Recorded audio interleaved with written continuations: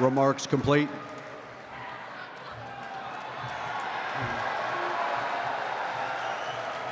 All right, Warriors, class of 2021, thank you for the invitation to speak to you tonight.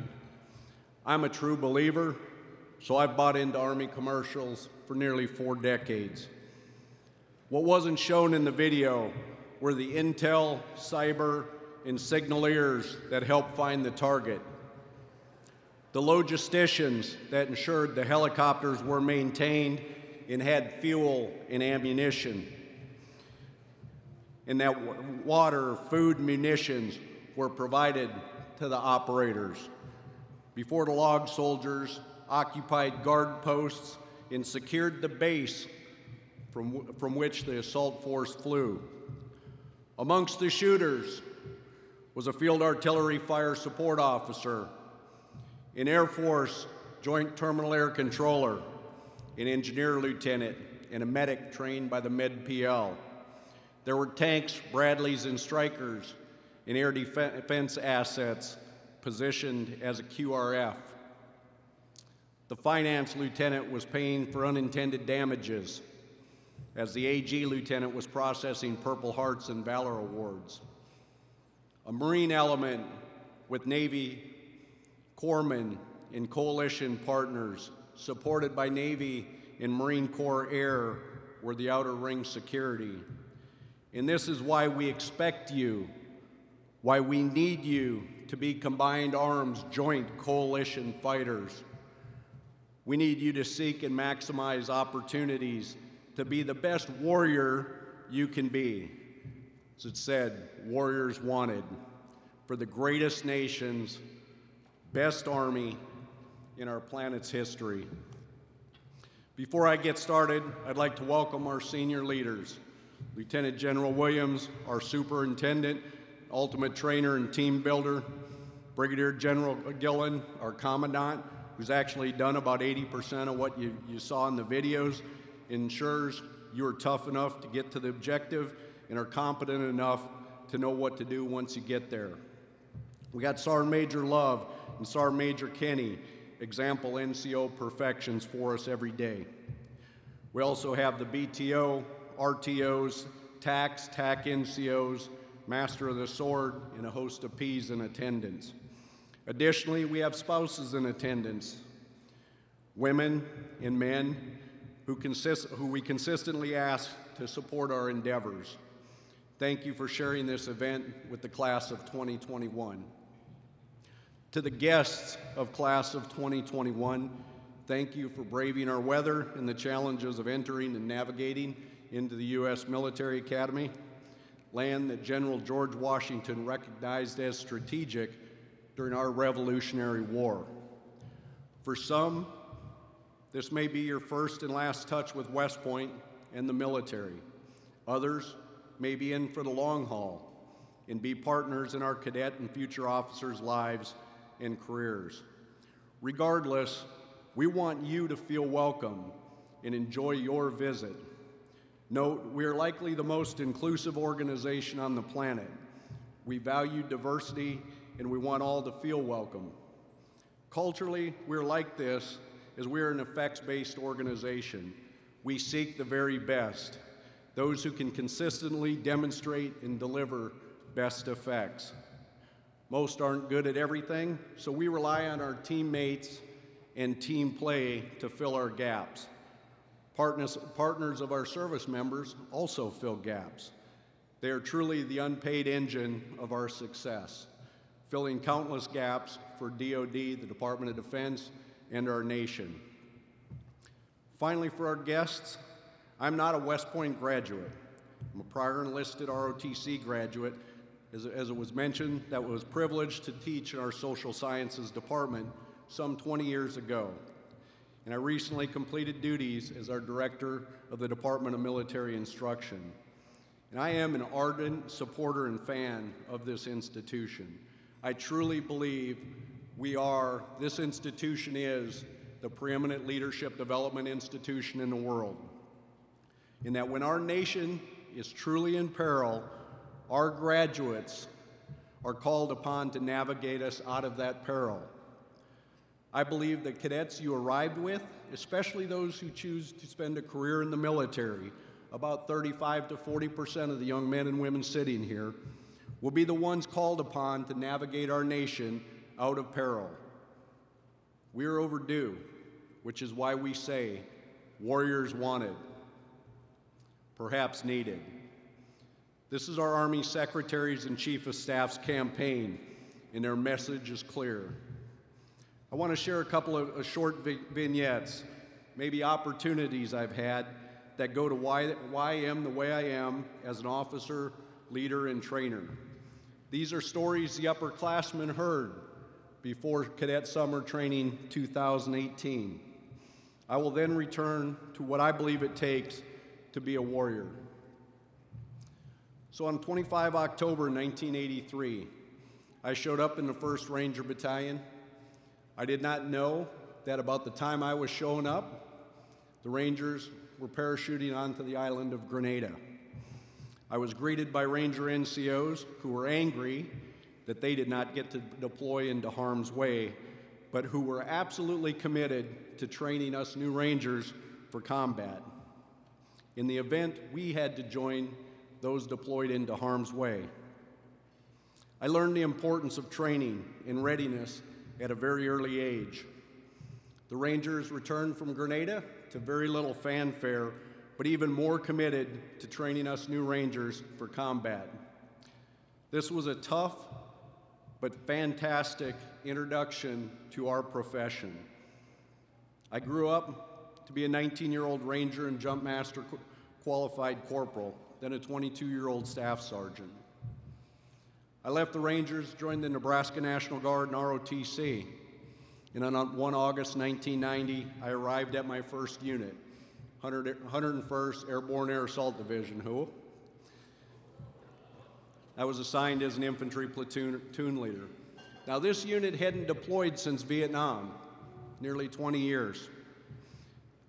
I'd say they weren't exactly focused on training or maintenance. And I took over the arms room and immediately noted each weapon and night vision device was damp and dirty. I talked to the former arms room officer and the first sergeant. After some shuffling around, we took the weapons, nods, and equipment out of the arms room. We cleaned it to standard and put it in, because I knew rifle companies rotated around rifles, as did the former arms room officer and the first sergeant. So despite 7 years as an infantryman and that kind of initial success or contribution, I went home that first night wondering if I'd bit off a little more than I could chew. You know, in my heart, I knew I was fully qualified to lead and contribute, but I also knew I had an awful lot to learn. I doubled down and began a disciplined regime of self-study so I could be the best prepared to lead in combat. The next day was 2 August 1990. Iraq invaded Kuwait. On 7 August 1990, we were alerted to deploy to Saudi Arabia. On 11 September, we went wheels up. Fortunately, we had 4 months to train for our 175-mile air assault into Iraq. So what does it take to be a warrior? I tell you, it takes character, competence, commitment, and courage. Kind of these things that are in our doctrine, right? And the courage to consistently demonstrate the same. Set on a foundation of selflessness, character to do what is right, competence to know what is right, commitment to be the leader your soldiers deserve, and courage to have character, to improve competence, and to demonstrate commitment. It also takes mental and physical toughness to endure the harshest conditions: little sleep, food and water, tough terrain and weather, complexity and ambiguity, the loss of assets, time, soldiers, and friends. It takes character, competence, and commitment and courage to find and get on the bus, boat, or plane headed to the combat zone.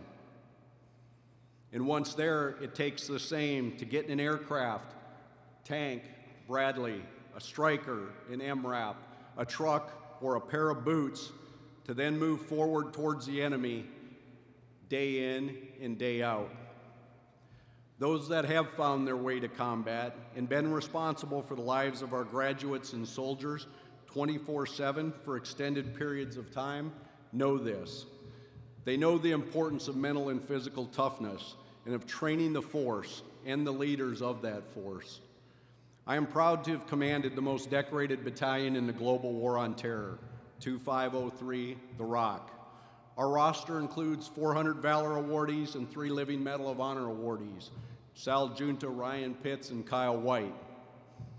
In one of the first interviews, Sal Junta, the first Living Medal of Honor awardee since Vietnam, said, quote, "I did what I did because that's what I was trained to do," unquote. Ryan Pitts routinely talks about how success in combat begins months and years before the first engagement, as it is about training and cross-training on the basics, what we call here foundational military competencies: shoot, move, communicate, treat, and lead. I'm proud of and grateful for these comments. How do we build the 4 C's discussed? I suggest it takes a conscience, another C, and it takes practice. When we fail ourselves, ideally our conscience kicks in, and we feel action-changing guilt and redouble our efforts to improve our weaknesses. We actively better ourselves and those around us. We eschew hypocrisy.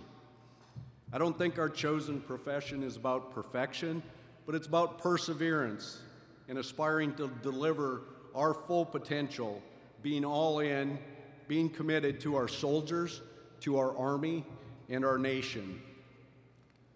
To find and deliver our full potential, we need to develop trust.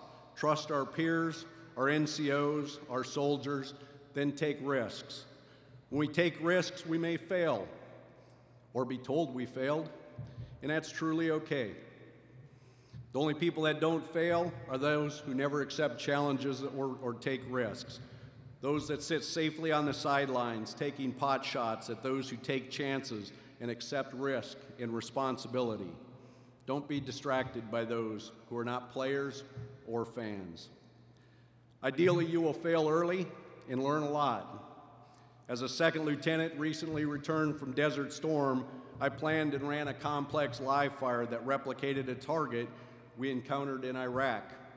While clearing a bunker, one of my soldiers, a combat vet, slipped, fell, and had an accidental discharge, ultimately shooting Lieutenant Colonel David Petraeus, our battalion commander, in the chest.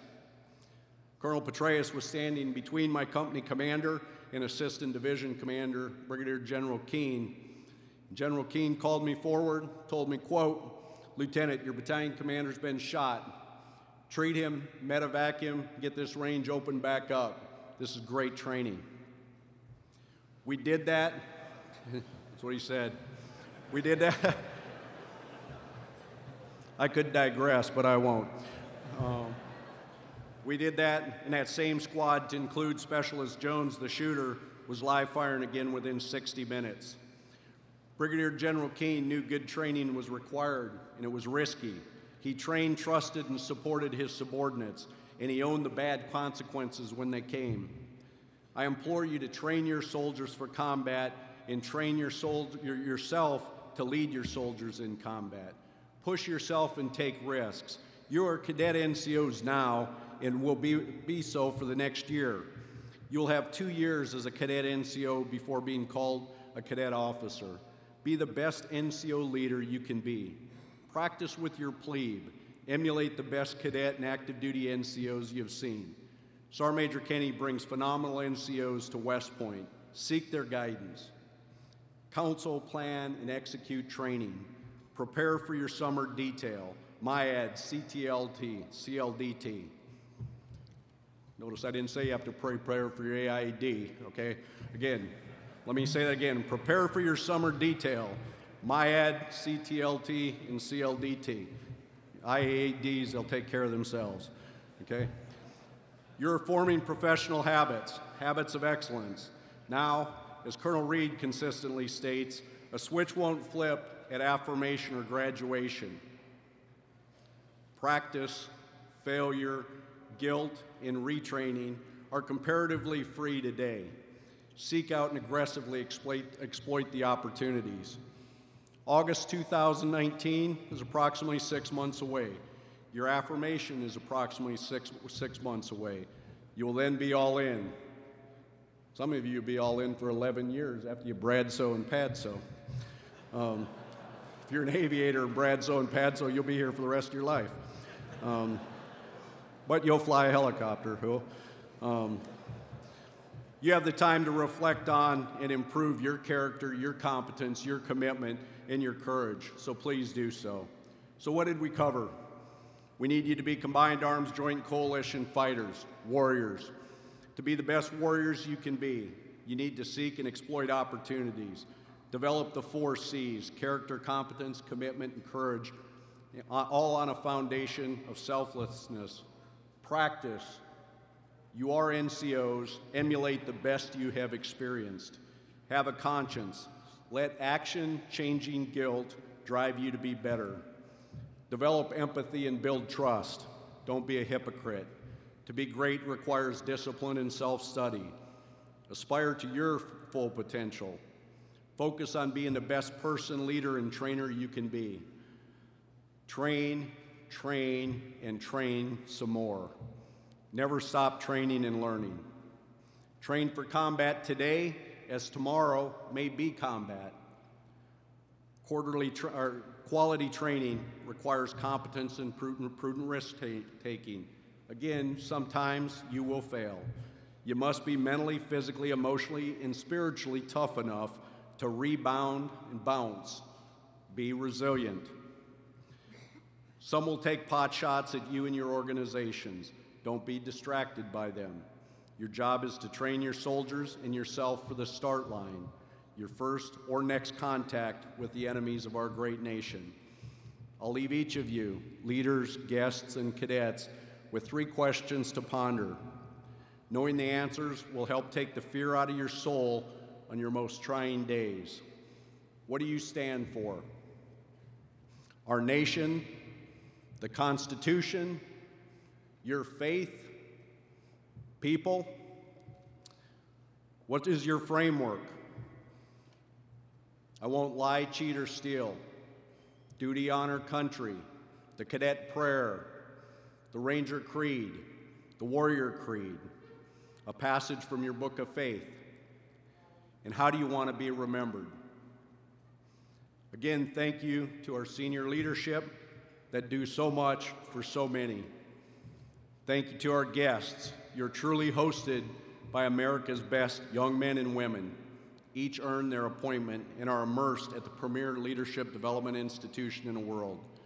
They sacrifice their time and freedoms to best prepare to be warriors and lead our warriors, our nation's warrior, America's sons and daughters, into harm's way.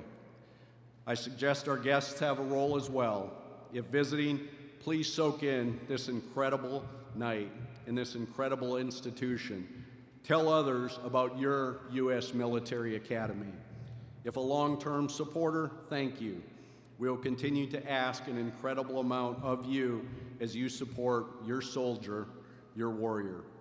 And thank you, class of 2021. You know, I arrived during CBT 2017 as a newbie myself. It's been an honor to run wide open with you. From the movie The Gladiator, remember, what we do in life echoes in eternity. And from me personally, always remember where your camo stick is at. Cool. Until the battle is won, duty, honor, country, Rangers lead the way.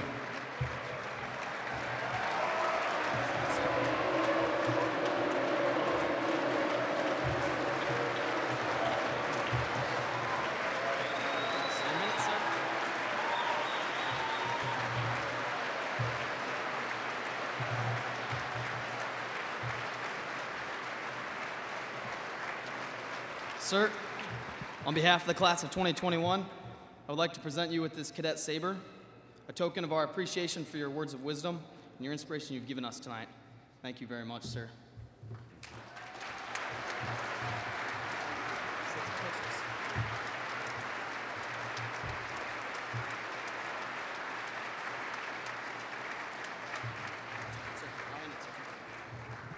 Hey, thank you, class of 2021. I will tell you that is exceptionally special to me. I didn't stand in your ranks and earn a cadet saber. But like I said, I'm all in on you, and I appreciate what you're going to do, because I know some of you will spend as long as the soup, 40 years in the Army, and I appreciate that, and that'll be a special place. There's probably some ethics rule where I'm going to have to pay like $400 for that or something, but quite honestly, I can afford it. Thanks.